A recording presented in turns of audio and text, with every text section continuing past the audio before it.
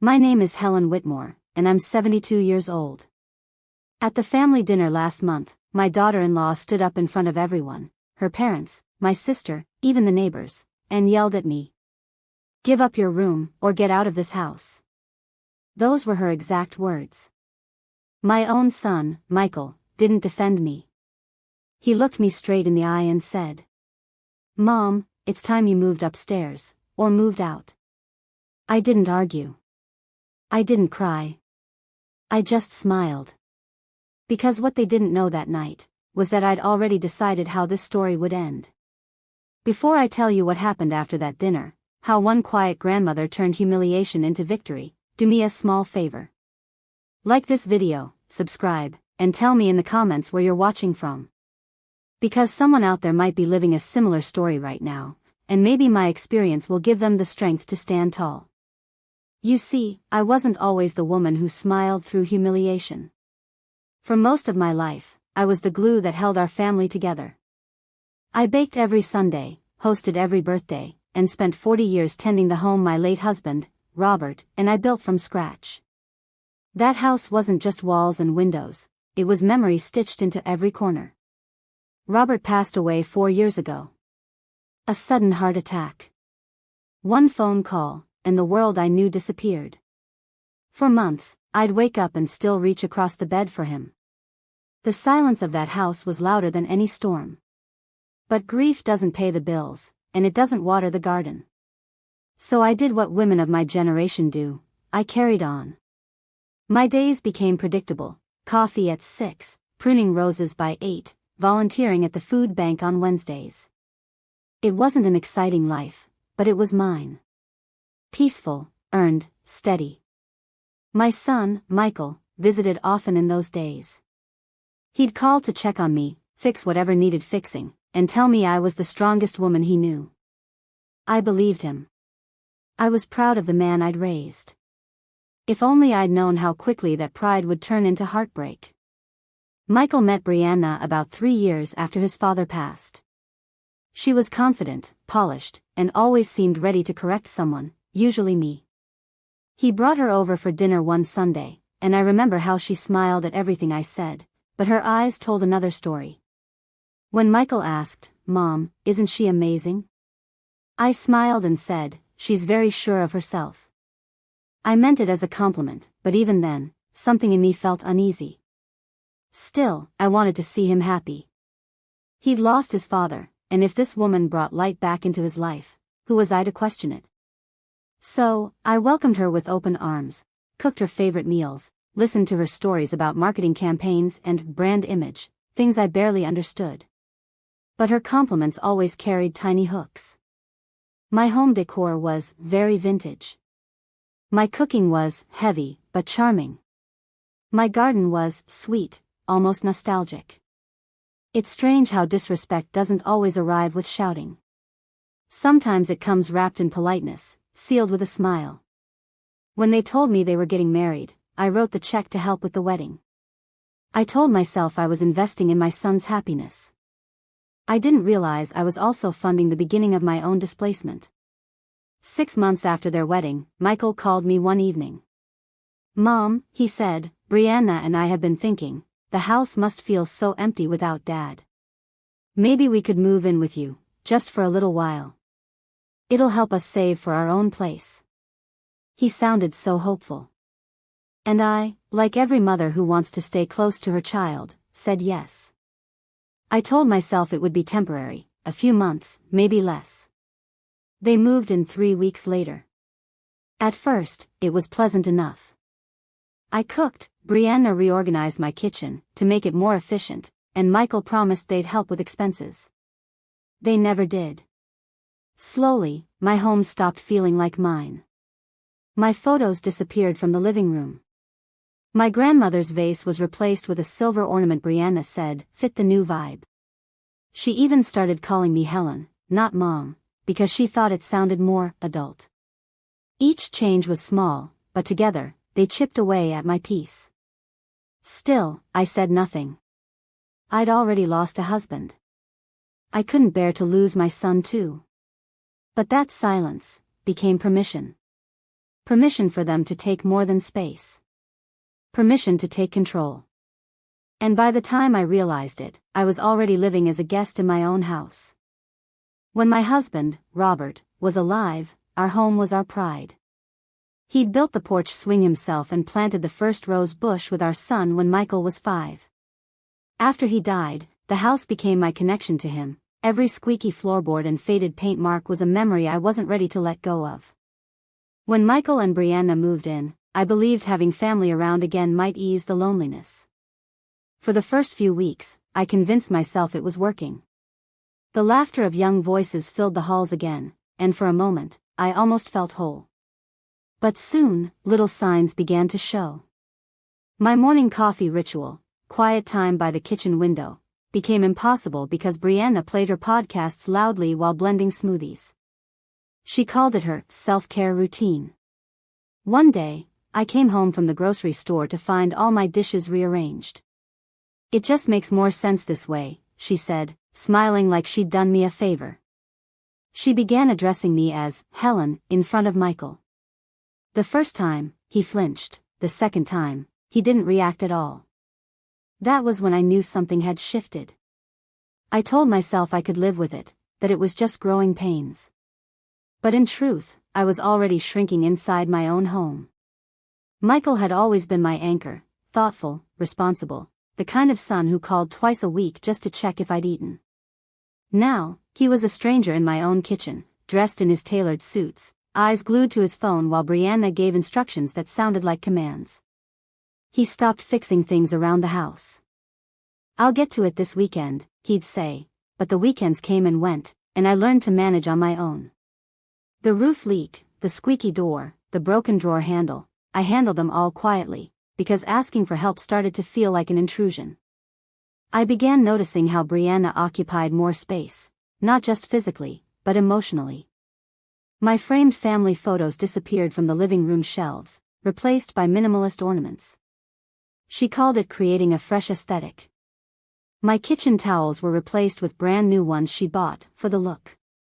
Even the garden, Robert's pride and joy, became a target.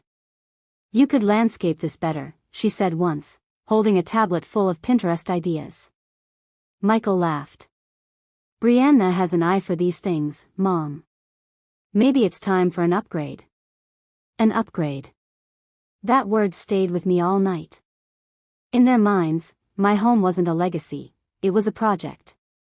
And I was the outdated feature they planned to remodel, quietly, politely, until I no longer fit the design. 8 months passed. Their temporary stay was beginning to look permanent. Brianna's clothes filled the laundry room, her makeup covered my bathroom counter, and the word privacy vanished from my vocabulary. The bills increased, groceries, water, electricity, yet no one offered to contribute. When I finally mentioned it gently, Michael said, "Mom, we're saving for the babies. You understand, right?" I smiled and nodded, but inside, something cracked. When Brianna announced her pregnancy, everyone celebrated.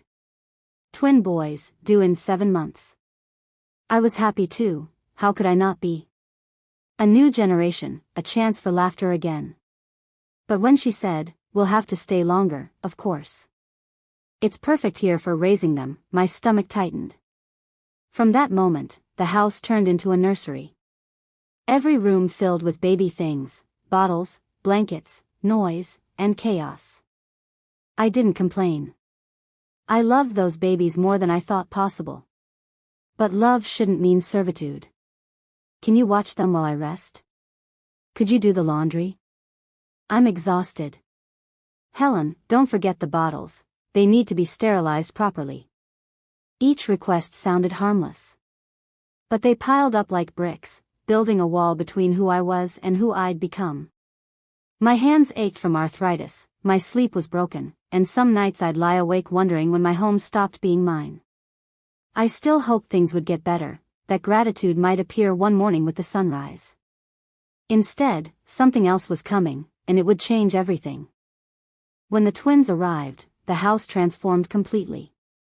The quiet mornings I once spent tending to my roses became battles with bottle warmers, crying infants, and sleepless parents who seemed to believe exhaustion excused everything. Brianna hired a night nurse for the first month.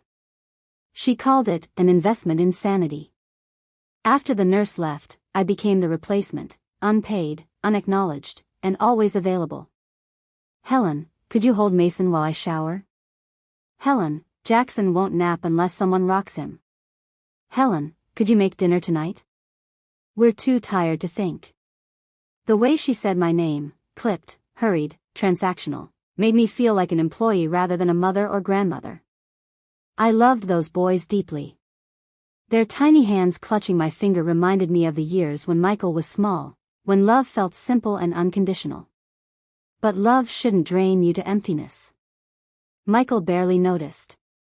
He left for work before sunrise and returned after dark, collapsing into bed while Brianna sighed loudly about how hard motherhood was. He didn't see the dishes piling up, the laundry mountains, or the way my hands trembled from arthritis after carrying 2 growing babies all day. I wasn't living anymore, I was maintaining, keeping everything together while slowly disappearing inside the noise of their new family. The months following the twins' birth blurred together. Every day began the same way, the sound of crying before sunrise, followed by Brianna's voice floating down the hall, "Helen, could you grab the bottles?" By noon, she'd be on her phone, half listening to marketing meetings while I chased after crawling babies. When Michael came home, she'd complain about how tough her day had been, and he'd nod sympathetically, never asking who had actually done the work. My back ached constantly. My joints stiffened to the point where I sometimes dropped things, cups, spoons, once even a bottle. Brianna frowned and said, "You really should be more careful." What if that had been one of the babies? Her words stung more than she knew. I'd spent decades raising a child, managing a home, caring for a husband through illness. Now, I was being scolded like a clumsy babysitter. When I tried to rest, I'd hear her footsteps outside my room. "Helen, could you watch them for just an hour? I need to run errands." An hour always turned into 3. My garden, once my sanctuary, began to wither from neglect. I'd look at the dying roses through the window, remembering how Robert used to say they thrived because they felt loved. Maybe he was right. Maybe everything in that house was dying because love had turned into obligation. One Friday stands out more clearly than the rest. Both babies were teething. They cried in turns, one starting just as the other calmed down. By afternoon, I hadn't eaten, my hands were shaking, and I could feel every throb in my swollen joints. When Brianna finally came home, she looked radiant, makeup flawless, shopping bags on her arm, humming a tune like the world was kind.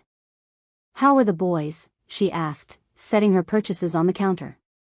"Difficult day," I said quietly. "They're both teething, Anne." "Oh, teething," she interrupted, waving a hand. "That's normal. You just push through it." She pulled a new jacket from one of her bags and smiled. 70% off. Can you believe it? I stared at her, my body aching, my patience fraying. "Brianna, I can't keep doing this all day. I'm 72. My hands." She sighed. "Everyone has something at your age. You just have to keep moving." That was the moment I knew gratitude was never coming. No matter what I did, it would never be enough. That night, I sat in bed, too tired to cry, too angry to sleep, and whispered to the empty room, "Robert, if you can hear me, give me strength. Because if I stay silent any longer, they'll take everything." The next morning, I woke up with a different kind of ache, not from pain, but from awakening. Something inside me had changed. The weeks after that sleepless night carried a strange stillness, the kind that comes when you know trouble is forming but don't yet know its shape. I moved through my home quietly, observing, memorizing, learning. Every sound had meaning now, the closing of a door, the whisper of voices down the hall, the click of Brianna's shoes on the hardwood floor.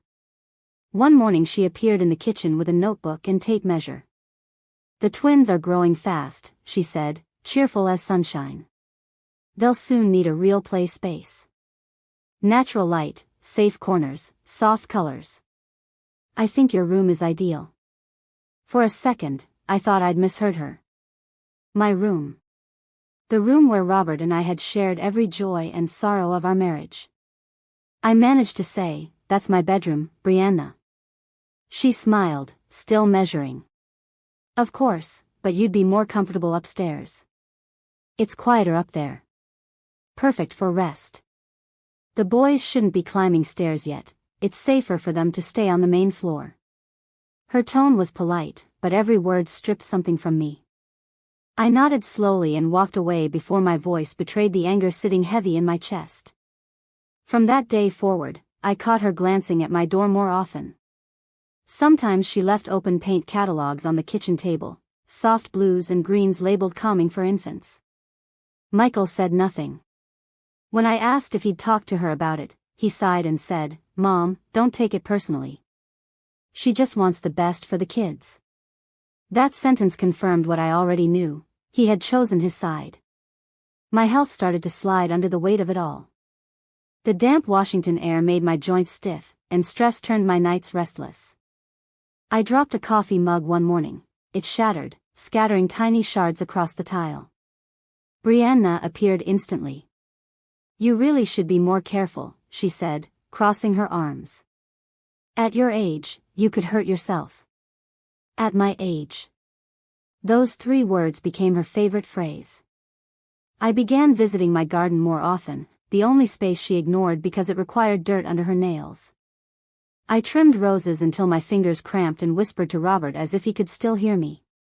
"They're trying to push me out, love. But not yet. Not yet." A week later, I overheard them in the living room. Brianna's voice floated down the hall. "She'll come around, Michael. She can't keep that room forever. The boys need it." "She's sentimental," he answered. "Give her time." "I've given her a year," Brianna said sharply. "You know what's best for our family." The decision had already been made, they were only rehearsing how to present it. My sister Diane noticed the tension when she visited. "You look exhausted," she said quietly while I poured tea. "Something's wrong." I wanted to tell her everything, the disrespect, the plans, the way my own son avoided my eyes, but the words caught in my throat. "I'm just tired," I said. She touched my hand. "Don't let them corner you." I promised I wouldn't, though I had no idea how to keep that promise. 2 months crawled by. Each week felt heavier than the last. The babies were adorable, crawling across floors I'd polished for decades, laughing in rooms that no longer belonged to me. Sometimes I caught Brianna watching me as I held them, an odd expression on her face, half victory, half resentment, as though she couldn't decide whether she wanted my help or hated that she needed it. Then came Michael's announcement, "Mom, we'll host the family dinner next weekend. Everyone's coming. It'll be good to have everyone together again." He smiled, but it didn't reach his eyes. That dinner had always been my tradition, a monthly gathering meant to keep us close. Now he was hosting it under my roof, and I wasn't even asked. I should have refused, but something in me said, let them gather. Whatever was coming, it needed witnesses. During that week, Brianna was uncharacteristically sweet. She complimented my cooking, brought me tea, even asked about my volunteer work. I recognized the tactic, a soft prelude before a demand. When she asked if she could refresh the dining room with new flowers and place settings, I agreed. Let her decorate the stage for her own performance. The night before the dinner, I stood in my bedroom, running my hand over Robert's dresser. The wood was smooth from years of use, the scent of cedar still faint. I thought about how he used to call me his quiet strategist. "Never shout, Helen," he'd say. "Just plan." So I did. I opened my desk drawer and pulled out the folder where I kept every important document, house deed, bank statements, my lawyer's card. I didn't know exactly how I would use them, only that soon I would. By the time I climbed into bed, the fear had vanished. In its place was a strange calm. Whatever happened at that table, I would no longer beg for respect. The next evening, I dressed carefully, cream blouse, soft cardigan, pearls Robert had given me on our 40th anniversary. I looked in the mirror and saw a woman who had been underestimated for too long. As the guests began to arrive, laughter filled the house again. It sounded warm on the surface, but I could feel the cold truth running underneath it. They thought I was weak. They thought they were about to win. They were wrong. The house was filled with noise that evening, chairs scraping, laughter echoing, the clinking of glasses. Family dinners had once been my favorite tradition. But that night, every sound felt hollow, rehearsed, wrong. Relatives and neighbors gathered around the table Michael and Robert had built years ago. I'd polished it that morning, tracing the familiar grooves left by time. The scent of roasted chicken and herbs floated through the air, masking the tension like perfume covering a bruise. Brianna glided around the table, her voice bright and rehearsed. "It's so wonderful to have everyone here," she said, pouring wine. "We've been working on something special, and tonight feels like the right time to share it." I looked up from my plate. That tone, cheerful, deliberate, was one I'd heard before each time she planned to take something from me. Michael cleared his throat, glancing at her for permission to continue. "Mom, Brianna and I have been thinking about the kids. They're getting big, and the nursery's really small." I nodded slowly, waiting. He shifted in his seat. "We've decided it's time to give the twins your room. It's more practical. You can move upstairs." Before he could finish, Brianna interrupted with a bright smile. "It's a wonderful idea, really. They'll have so much more space to grow. We can help you move your things tomorrow." A silence heavier than thunder fell over the room. Even the clinking of cutlery stopped. I looked around the table. My sister's eyes widened in disbelief. My neighbors glanced down at their plates. The only sound was the faint hum of the ceiling fan. Michael broke the quiet. His voice sharper now. "Mom, it's for the kids. Don't make this difficult. Agree, or..." He stopped, realizing the weight of what he was about to say. Then he finished anyway. "Agree or get out of this house." For a moment, I thought I'd misheard him.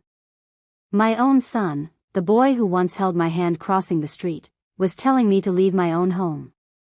My throat felt dry, but my voice came steady. "I see." Brianna folded her arms. "It's not personal, Helen. It's just practicality." I smiled faintly. Practicality.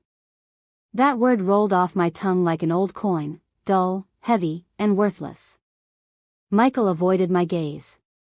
Brianna picked up her glass and took a satisfied sip, convinced the matter was settled. I rose slowly from my chair. The room felt still, expectant. "Before I give you my answer," I said, "let me thank everyone for coming. I hope the meal was worth remembering." Brianna smirked. "So, do we have your agreement?"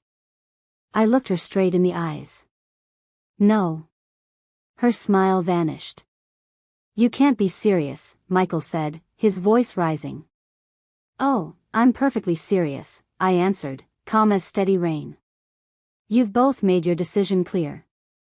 Now let me make mine." I placed my napkin on the table, folding it neatly. "I'll move out.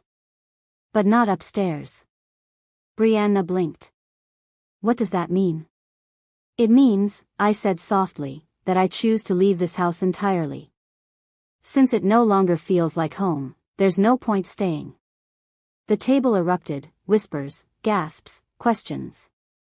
My sister reached for my hand, but I kept my eyes on my son.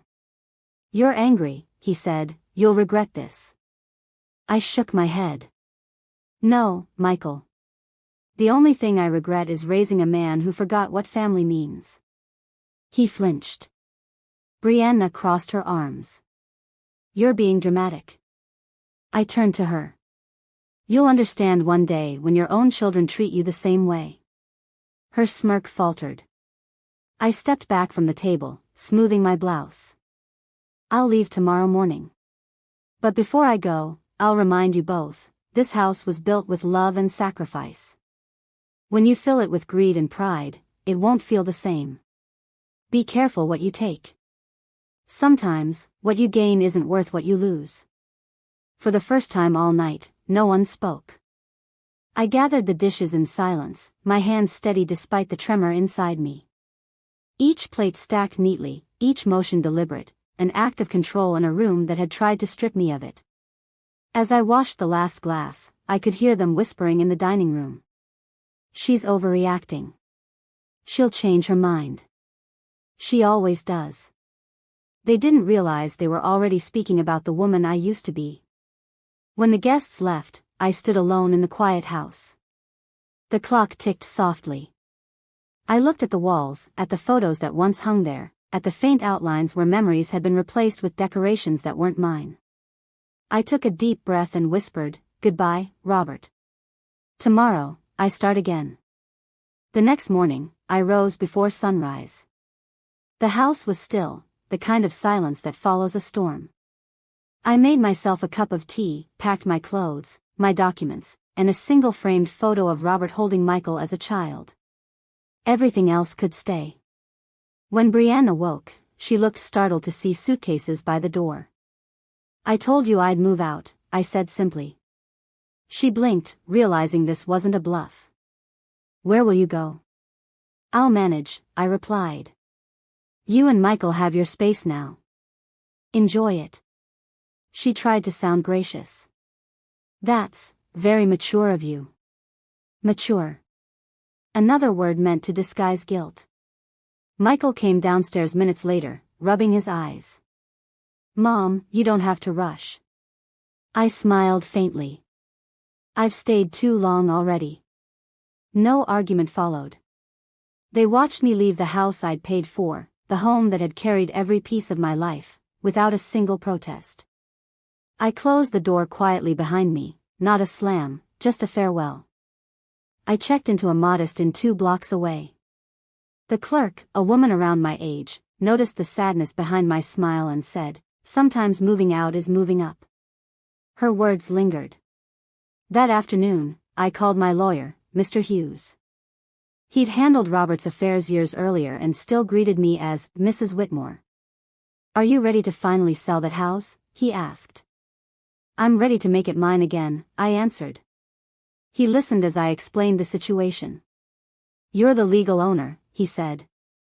"If they live there without rent or contribution, we can formalize the transfer or require them to leave." I paused. "I don't want a fight, Mr. Hughes. I just want peace, on my terms." Within a week, he drafted new documents. Ownership would remain solely in my name, and I'd put the property up for sale quietly, with a private agent. By the time Michael realized what was happening, it would already be done. 2 weeks later, I noticed a for sale sign on a cozy white cottage directly opposite my old home. Small porch, neat garden, and morning sunlight spilling through wide windows. It reminded me of who I'd been before grief, before obligation. I arranged a viewing. The realtor, a young man with too much energy and too little patience, said, "It's rare to find something like this in the neighborhood." I smiled. "That's why I'm buying it today." Within days, the paperwork was complete. I used part of my savings and the first installment from the sale of my old house. The rest I placed in a trust, money for myself, untouched by guilt or family pressure. When the keys touched my palm, I felt something I hadn't in years, steadiness. Moving in was quiet work. Diane helped unpack boxes, humming softly while we arranged my furniture. "You bought the house right across from them?" she asked, laughing. "Yes," I said. "If they want space, I'll give them the view." That first evening, I brewed tea and stood by my window. Across the street, their lights flickered. I could see silhouettes moving, Brianna pacing, Michael holding one of the twins. They hadn't noticed yet that my car was parked in a different driveway. The next morning, Michael came knocking. "Mom, what's going on?" "There's a sign in the yard that says the house is sold." "It is," I said evenly. "I finalized it last week." "You sold it without telling us?" "I owned it," I replied. "I didn't need to ask permission." Brianna appeared behind him, color draining from her face. Where are we supposed to live? I handed her a polite smile. The new owner's agent will contact you. They've been informed you'll need to vacate within 30 days. Michael's jaw tightened. You can't do this. I looked at him kindly. Son, I already did. He didn't shout. He just stood there, realizing that the woman he thought would never fight back had drawn a line he couldn't cross. When they left, I closed my door, leaned against it, and let out a breath that felt like years leaving my body. The next weeks were calm. I tended my new garden, joined a community reading group, and slept through the night without a baby monitor crackling beside me. Each morning, I'd see them rushing around, Brianna juggling boxes, Michael on the phone with moving companies. Their frustration was visible even from my porch. When they finally moved out, the new owner, a retired teacher, waved to me from the lawn. I heard you used to live there, she said. Yes, I replied, and I still have a wonderful view. The following day, Michael returned alone. He looked thinner, older somehow. Mom, I didn't mean for things to go this way. I know, I said softly. But when you let someone else's pride speak louder than your conscience, you lose more than a house. He lowered his head. I made a mistake. Then learn from it, I answered. That's all any of us can do. He hesitated, then asked, will you ever forgive me? I smiled. Forgiveness isn't the issue, Michael. Trust is. It takes time to rebuild. He nodded, tears forming. You really bought the house across the street? Yes, I said. It's convenient. I can wave to my grandchildren on their way to school one day. Good morning. After he left, I stood at my gate as the moving trucks rolled away from my old house. Brianna didn't look at me, but I waved anyway. Good morning, I called out. She didn't reply, just turned and disappeared into the car. It didn't matter. The greeting wasn't for her, it was for me, proof that I could face them without bitterness. Over the next few weeks, I kept my routine. Tea at dawn, letters to old friends, laughter with Diane. Sometimes, when the wind carried the faint sound of the twins' laughter from down the block, I smiled. They'd grow up and one day ask questions. When they did, I wanted them to remember that kindness can be firm, and love can have boundaries. I wasn't seeking revenge, I was reclaiming balance. The woman they tried to diminish had simply stepped into her own light again. The days after Michael and Brianna moved out felt lighter than air.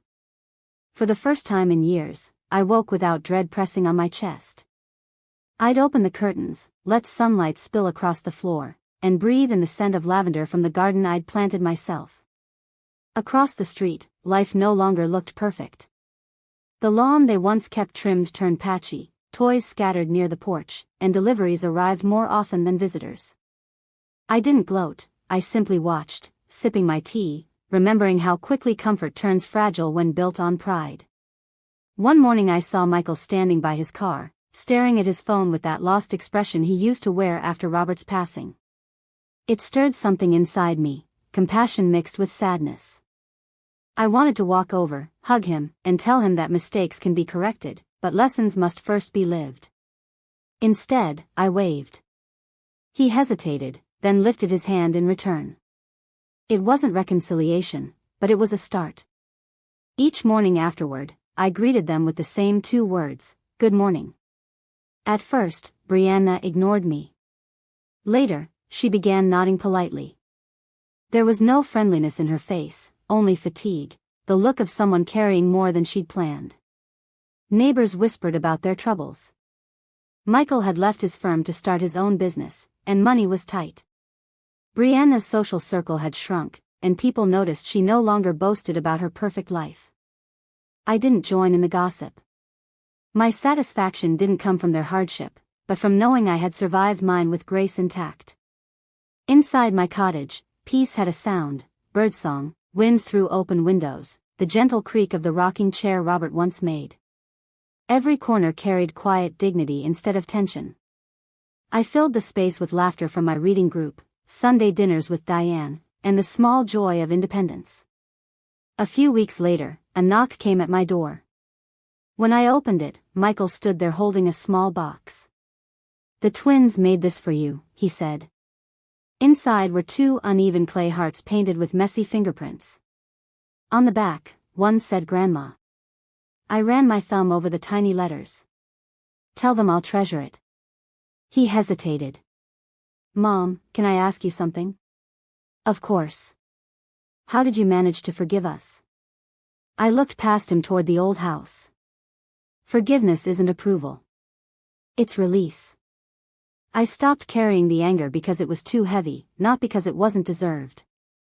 He nodded slowly, eyes wet. "We miss you." "I'm right here," I said, smiling. "Across the street, close enough to remind you that love doesn't vanish, it just learns its limits." When he left, I placed the clay hearts on my windowsill. They caught the afternoon light, imperfect but sincere. That evening, I stood at my gate again. Brianna was watering her plants. I called out, "Good morning," though the sun was setting. She looked up, surprised, and after a long pause, replied softly, "Good evening, Helen." It was the first time she'd said my name without a trace of authority, just acknowledgement. I turned back toward my home, a quiet smile forming. The street felt balanced now, 2 houses facing each other, 2 lessons learned in silence. I hadn't needed revenge to win. All it took was walking away with dignity and letting time speak on my behalf. As night settled, I closed my door and whispered to the empty room, "We did it, Robert." I found my peace. 6 months passed before I realized how far I'd come. The mornings no longer felt heavy, and the ache that once lived in my chest had faded into something gentler, acceptance. Life across the street carried on, though differently. Their windows stayed dark longer, their laughter quieter. Change has a way of humbling even the proudest hearts. Michael visited often now. He came without pretense, no more rehearsed smiles or quick excuses. He'd sit in my kitchen, drink tea, and tell me about the twins, how one loved puzzles, the other preferred stories. I'd listen, smiling, thankful for the small repair forming between us. One afternoon he said, "Brianna wanted me to thank you. She said she's been thinking a lot about how she treated you." I didn't reply right away. Instead, I looked out the window at the house that used to be mine. "She doesn't owe me words," I said quietly. Change doesn't start with an apology, it starts with understanding why one is needed. He nodded, eyes soft. "She's learning that." Later that week, an envelope arrived. Inside was a short letter written in Brianna's neat handwriting. "Helen. I was wrong. I confused control with care, and pride with strength. You showed me what real strength looks like, the kind that doesn't raise its voice or seek attention. I hope, in time, you'll let me earn a little of your respect back." I folded the letter and placed it in my journal, not as proof of victory, but as a record of growth. That night, I sat on the porch and thought about everything that had happened. How quickly love can turn to entitlement. How silence, when stretched too far, becomes consent. And how self-respect, once reclaimed, changes everything around it. I didn't buy the house across the street for revenge. I bought it to remind myself that endings don't have to destroy, they can redirect. In that small cottage, I rediscovered peace, laughter, and the rhythm of my own thoughts. Every Sunday, I cooked again.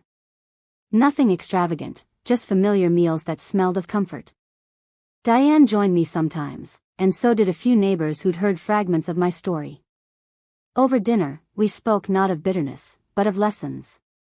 I told them, we spend our younger years trying to be needed. But the real wisdom comes when we realize that being respected is worth far more. The table would go silent for a moment, then heads would nod slowly. Everyone seemed to know exactly what I meant. Across the street, the once spotless lawn began to recover. The twins played outside again, laughter echoing down the road.